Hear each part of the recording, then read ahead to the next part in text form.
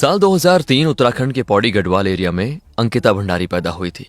उसके पिता वीरेंद्र भंडारी और माता उषा देवी थी। अंकिता अपने माता पिता की इकलौती लड़की थी, इसीलिए वो अपनी बेटी से बहुत ज्यादा प्यार करते थे। अंकिता के पिता वीरेंद्र भंडारी एक लोकल वर्कर थे और माता आंगनवाड़ी में काम करती थी।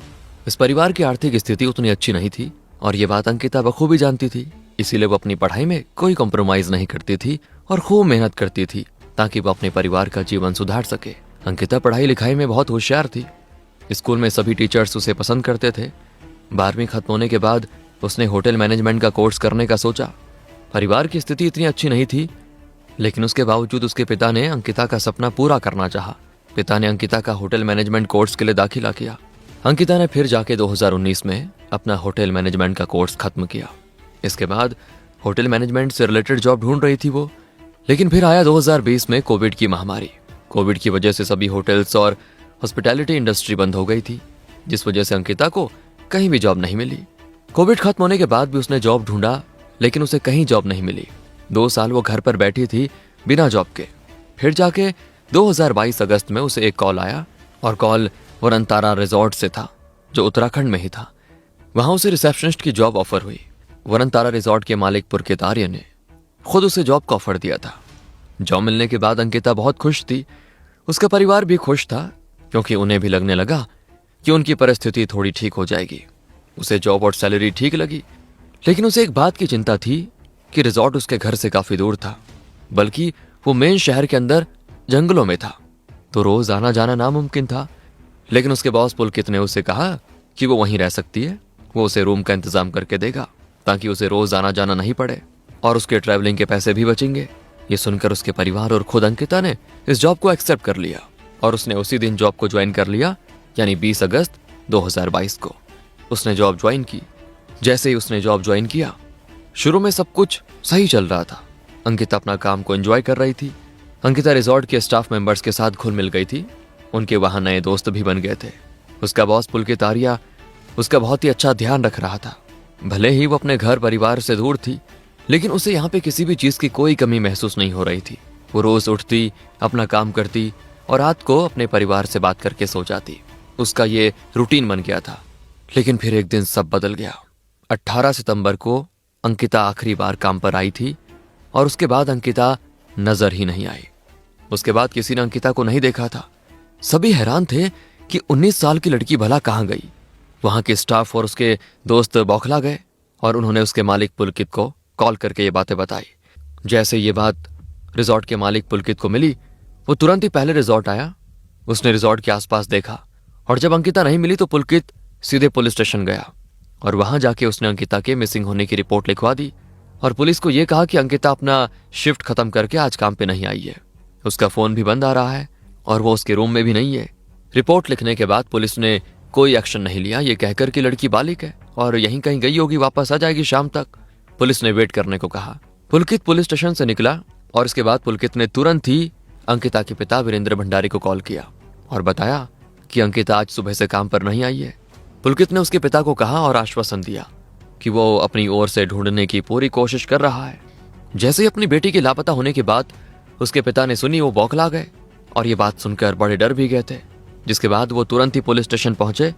20 सितंबर को अपने घर से निकले और 21 सितंबर को सीधे पुलिस स्टेशन पहुंच गए।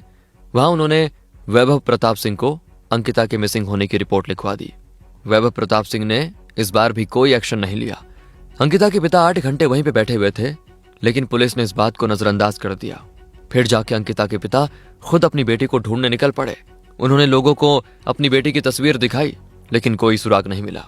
इसके बाद अंकिता के पिता पूरी तरह टूट गए थे। उनकी मदद करने के लिए कोई नहीं आया।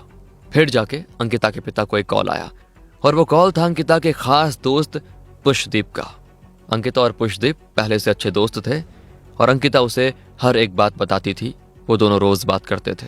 जब पुष्पदीप ने अंकिता के पिता को कॉल किया और जो बातें सुनाई, तो अंकिता के पिता के पैरों तले जमीन खिसक गई। अंकिता के पिता पूरी तरह से चौंक गए। पुष्पदीप ने बताया कि उसकी और अंकिता की बात 18 सितंबर को हुई थी।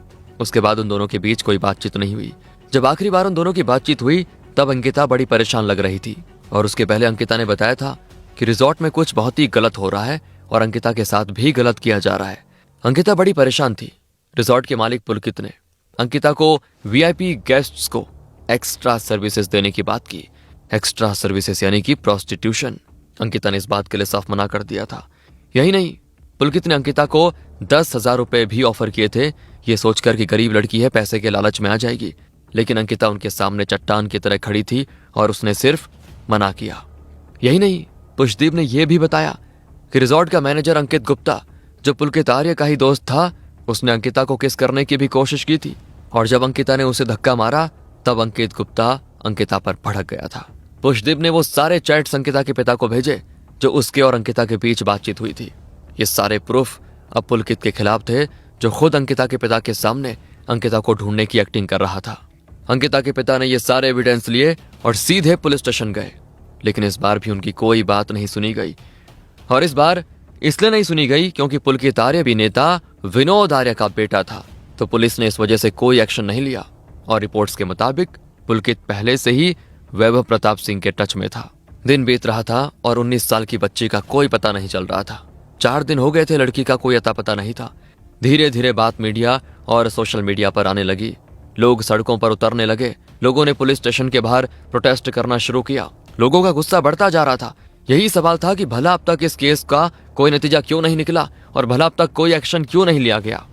फिर जाके जब पुलिस पर और दबाव आने लगा तब मामले को लक्ष्मण झूला पुलिस स्टेशन में ट्रांसफर किया गया। जैसे उन्हें यह केस मिला, उन्होंने एविडेंसेस देखकर 22 सितंबर को पुलकित आर्य को अरेस्ट कर लिया। पूछताछ के दौरान पुलकित ने पहले तो उसके खिलाफ एविडेंसेस और चैट्स को यह कहकर नकार दिया कि अंकिता का फोन बंद था और उसी ने मेरे फोन से लेकर खुद को टेक्स्ट किया था ताकि मैं विलन दिखूं। लेकिन पुलिस के टॉर्चर करने के बाद पुलकित ने सारा सच बता दिया। पुलकित ने बताया कि वो सारी बातें जो चैट्स में है वो सच है। पुलकित ने कहा कि उसके रिजॉर्ट में एक वीआईपी आए थे और उस वीआईपी ने खास अंकिता से एक्स्ट्रा सर्विसेज लेने की बात की। लेकिन अंकिता ने साफ मना कर दिया था। यही नहीं, हमने उसे पैसे भी दिए लेकिन वो तब भी नहीं मानी। हम पर प्रेशर था क्योंकि हमें किसी भी हालत में उस वीआईपी को एक्स्ट्रा सर्विस देनी ही थी। अंकिता मुझसे नाराज थी, इसलिए हमने प्लान बनाया और सोचा कि अंकिता को मनाने के लिए कहीं बाहर लेके जाएं खाने पे। पुलकित ने आगे बताया उसके इस प्लान में उसका दोस्त सौरभ भास्कर और मैनेजर अंकित गुप्ता भी थे। तीनों अंकिता को बाहर लेकर गए और गाड़ी में भी उन्होंने अंकिता को स्पेशल सर्विस देने की बात की। लेकिन अंकिता ने यहां भी मना किया और इस बार वो भड़क गई।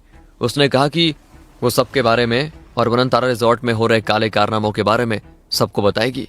पुलकित ने आगे कहा, ये बातें सुनकर हम तीनों बौखला गए और हमने गाड़ी को चिला नदी के पास रोका और उसी नाले में अंकिता को धक्का दे दिया। बेचारी 19 साल की लड़की जिसको तैरना नहीं आता था, उसने पानी में ही अपनी जान गंवा दी।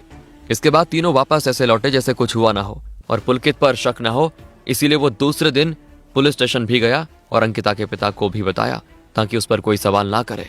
लेकिन अंत में पुलकित को 30 मई 2025 को कोटद्वार सेशन कोर्ट का फैसला सुनाया गया। जज रीना नेगी ने पुलकित आर्य, सौरभ भास्कर और अंकित गुप्ता को दोषी करार दिया और सजा उम्र कैद की सुनाई। लेकिन दोस्तों, जिस दिन पुलकित और उसके दोस्त पकड़े गए, इसके बाद अचानक रात के अंधेरे में वनतारा रिजॉर्ट पर एक बुलडोजर चलता है।